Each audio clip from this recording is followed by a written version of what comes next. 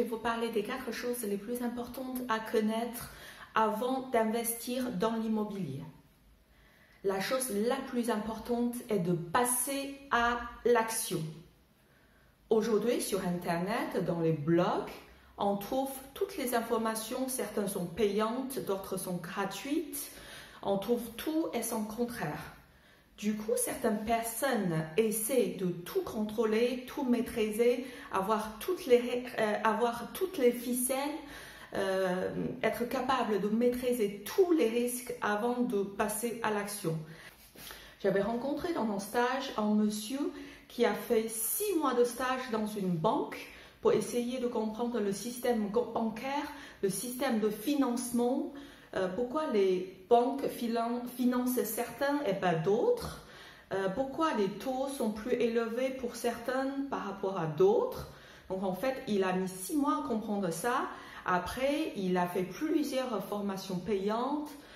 Il est tout le temps sur Internet et il a acheté des dizaines de livres pour se former. Le résultat, c'est au bout d'1 an et demi, il n'a toujours pas passé à l'action. Il m'avait dit que le jour où il allait passer à l'action, il aurait déjà les solutions à tous les problèmes et ce serait en masse. Bien sûr, je ne l'ai jamais rencontré après et je ne sais pas s'il a fait ce qu'il a dit. Mais moi, j'en avais différent. L'immobilier, ce n'est pas de la théorie, mais beaucoup de pratique. C'est un jeu sur le terrain. Quand vous avez un problème, vous ne pouvez pas appliquer une solution A plus B égale C. Il faut discuter avec les gens, essayer de comprendre les gens, trouver une solution, négocier, peut-être parfois faire des compromis. Et tout ça, on ne peut pas apprendre avec les formations ou les livres. Vous lisez ou regardez sûrement sur Internet qu'il y a des personnes qui ont acheté une colocation de 5 chambres, une maison où il y a 7 studios ou un immeuble comportant 15 studios. Ils ont plusieurs dizaines de milliers de loyers qui tombent tous les mois. Mais sachez que plus le montant est important, plus vous prenez le risque. Quand vous débutez dans l'immobilier, je vous conseille vivement de commencer par un box, en parking ou en petit studio pour vous faire la main. La troisième chose à connaître dans l'immobilier est de se former et de se former. Dans l'immobilier, la loi, la législation, la fiscalité change tout le temps. Donc, il faut se former, apprendre tous les jours. Pour ce faire, il faut être bien entouré. Il serait bien d'être soit dans un groupe d'investisseurs, soit vous allez régulièrement dans des meet-ups pour rencontrer d'autres investisseurs, pour voir quels problèmes ils ont, car leur problème sera peut-être votre problème un jour. Vous pouvez les aider à trouver des solutions, car ça vous servira plus tard. La dernière chose que je voulais partager avec vous, c'est d'avoir ses propres opinions. Alors aujourd'hui, sur l'immobilier, tout le monde a son avis, même ceux qui n'ont jamais investi un seul centime.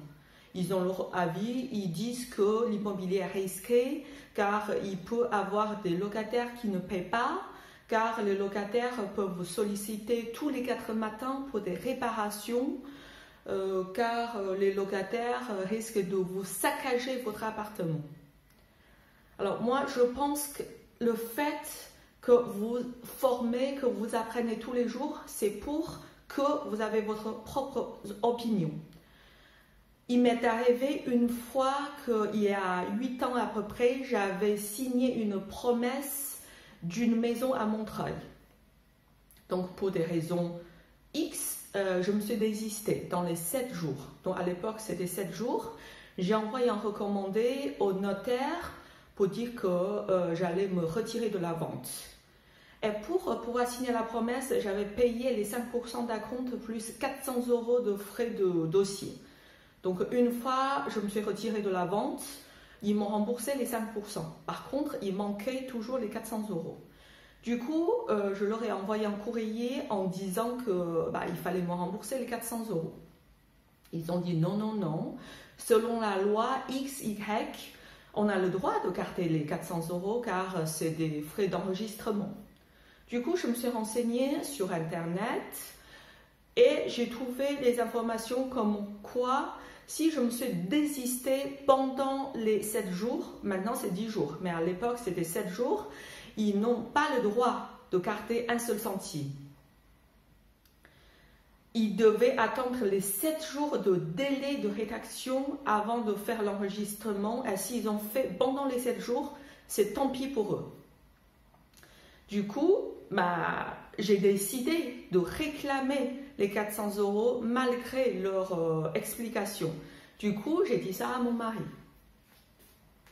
Mon mari m'a dit, comment ça, tu veux réclamer les 400 € à une étude, à un notaire? Mais je lui ai dit, oui, parce que je me suis informée, ils n'ont pas le droit de garder les 400 €. Il dit, ah bon, mais comment tu comptes faire? Tu vas prendre un avocat? Sache qu'un avocat, c'est 3 000 € pour commencer. Pour récupérer 400 €, c'est complètement ridicule.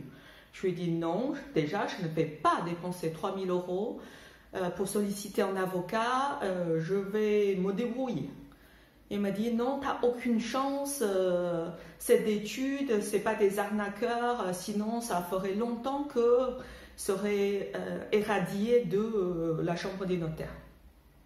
Je dis non, je ne sais pas. Est-ce que j'ai aucune chance? Je ne sais pas. Laissez-moi faire. Donc ce que j'ai fait, c'est j'ai écrit à la chambre des notaires.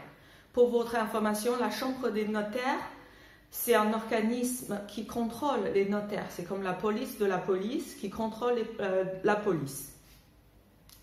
Du coup, j'ai écrit à la chambre des notaires en joignant des justificatifs. Et quelques semaines plus tard, ils m'ont réclamé des informations supplémentaires que j'ai fournies aussitôt. Alors, 5 mois plus tard, j'ai reçu un chèque de 400 € de l'étude à Montreuil. Donc, comme quoi, à l'époque, je n'avais pas encore reçu la réponse définitive de la chambre des notaires, mais l'étude se sentait à tort.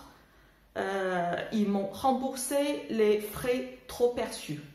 Des années plus tard, quand j'ai rencontré un avocat fiscaliste, il m'a dit que j'avais bien raison, j'avais bien fait de réclamer ce qui me devait, car ils n'avaient pas le droit de garder les 400 €. C'est la raison pour laquelle je voulais vous dire, dans l'immobilier, il faut vraiment avoir votre propre opinion. Ce n'est pas parce que votre conjoint, votre papa, votre voisin, votre oncle, ou votre collègue, ou votre tante, ou votre cousine vous dit qu'il faut faire ceci ou cela, que c'est le bon conseil. Peut-être ils n'ont jamais investi dans l'immobilier. Mon mari, il connaît très bien l'immobilier, on a toujours investi ensemble. Mais malgré ça, il m'a dit que j'avais aucune chance de réclamer parce qu'il n'a jamais entendu, parce que ça lui est jamais arrivé ce genre de situation, parce qu'il ne voulait pas s'embêter pour 400 €. Mais en tout cas, j'ai suivi mon propre intuition et j'ai réussi. J'espère que cette vidéo vous a plu.